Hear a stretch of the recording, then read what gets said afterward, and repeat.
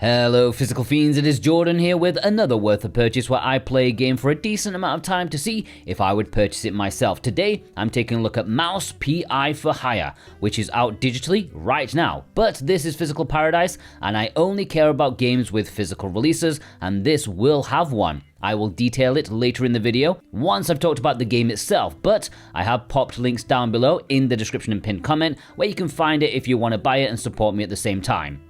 Mouse PI for Hire is a first-person shooter that is very unique in its style. In a world of indies, and also a world where there's a big, huge resurgence of more old-school style approach to the FPS genre, we've seen lots of different art styles doing all sorts of different things to stand out from the crowd, and Mouse PI for Hire stands out perhaps the most.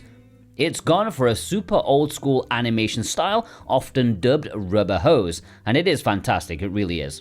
It's only the characters and the small amount of interactable objects that do it. It's not every single part of the environment, so there is a bit of disconnect between the two things, but I think it looks fantastic. The attention to detail in all the animations, the different character designs, the way they react to different weapons, it is wonderful.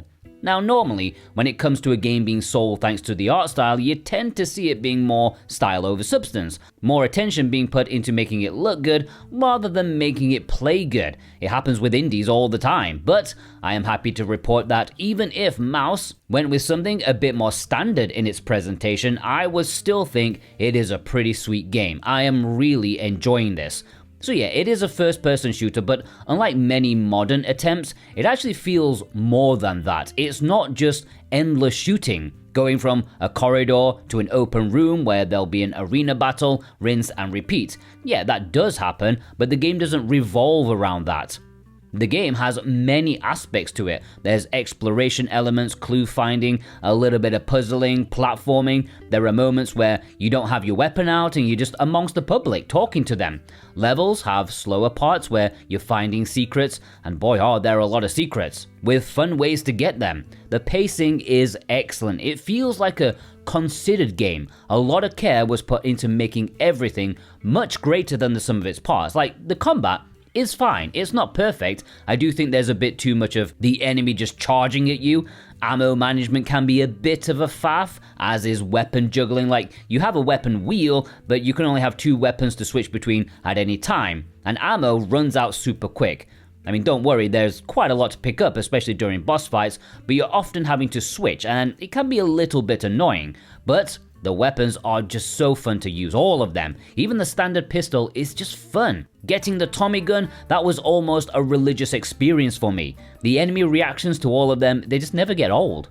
It could be better, but everything within the game is enhanced by all the other things surrounding it.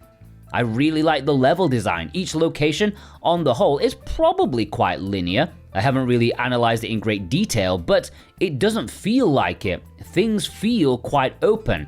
Not enough to get lost, but enough for you to just, nosy about, to make it feel like an actual world. And of course, the many secrets. The battle arenas, it feels like there's room to play in there, like there's explosive barrels, droppable objects, many of which I didn't realize until after it was all over. The cutscenes are great, the voice acting, fantastic. The story is okay, it's quite a pastiche of the hard-boiled private detective, but I didn't mind it. Far too many puns for my liking, but whatever, simple people enjoy them, they think they're funny.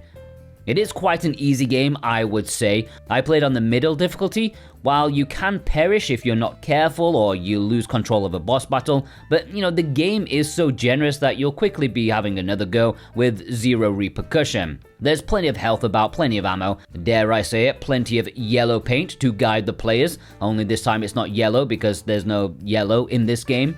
And the game adds so many little touches, like the overworld map where you drive around in a little car to go from location to location. They didn't need to do that. It was probably a lot more effort than just having a menu list, which probably would have been fine for most people, but they did it anyway.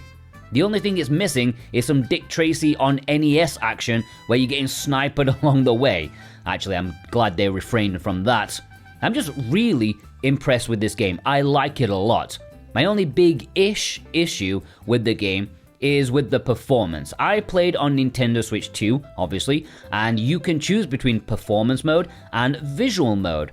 Now, I prefer having a steady frame rate rather than a game chugging in an attempt to keep up with the visuals, so I obviously chose performance, but actually, it feels like the performance mode has the worst performance. It's struggling between 60 and 30. I don't know the exact numbers, but it doesn't feel super nice or super smooth as it goes between those numbers in certain locations. I noticed this more early on compared to later in the game, and what's more weird is that I didn't have any issues at all playing in handheld mode. It felt perfect in handheld. Only in dock did I have a bit of trouble, not enough to stop me enjoying the game, but I did wish it was a bit more smooth and constant. Playing on Switch 2 also let me use the mouse as a controller, and that has been great, as you would expect. My gameplay is a bit choppy in this video. I didn't have the best setup while recording certain footage here and there to use the mouse, but when I wasn't recording and I was in a more comfortable position, it was great. There are also various strengths of retroness to the visuals, like you can make it look as old and as decrepit as you want. Like if you really want those rubber hose effects to really fit in. Personally, I decided to have it on the lowest end, so it is much more clean. Now, before I get into the physical details, if you are new here and you like physical video games, you actually enjoy owning the thing you pay money for, then hit that subscribe button, okay? It will be the best thing you do today. I have got all your physical needs covered. Plus, the bigger this channel is, the more publishers will pay attention to the demand for physical media. Might be quite a small channel, but I know many people who work at publishers who watch this channel, and the bigger it is, the more they know the demand is there. So do your bit and subscribe. So physically, Mouse is coming to retail on PlayStation 5 and Nintendo Switch 2 in North America. In Europe, they are also getting a Xbox physical as well. And yes, the Nintendo Switch 2 physical is a proper cartridge. It is not a game key, and the physical release is coming July the 10th. Not only are there standard editions available, but there is a mini collector's edition called the Mouseburg edition, and this includes a 7-inch vinyl, premium postcards, 33 baseball cards, no doubt the ones used in the game, a comic book, which also has some sticker sheets, and a double-sided poster. Normally, I'm not much of a collector's edition kind of guy. I feel like they often contain a bit of tat, or something that you feel the publisher had no inspiration for, aside from, how to earn more money.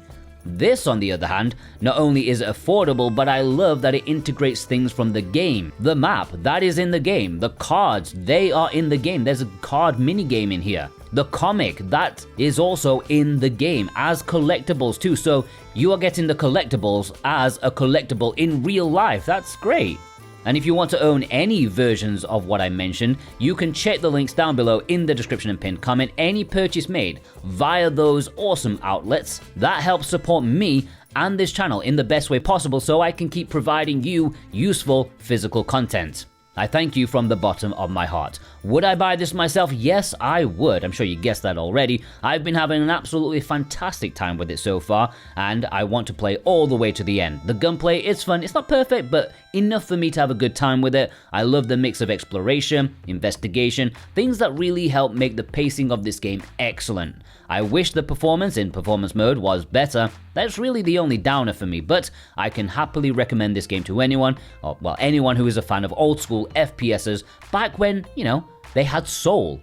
This game has soul. Are you picking this up? Are you counting the days until the physical release lands, or are you gonna cave in and purchase the digital version? Or maybe you're gonna double dip. Let me know in the comments below, and I hope you all have a fantastic day. Take care.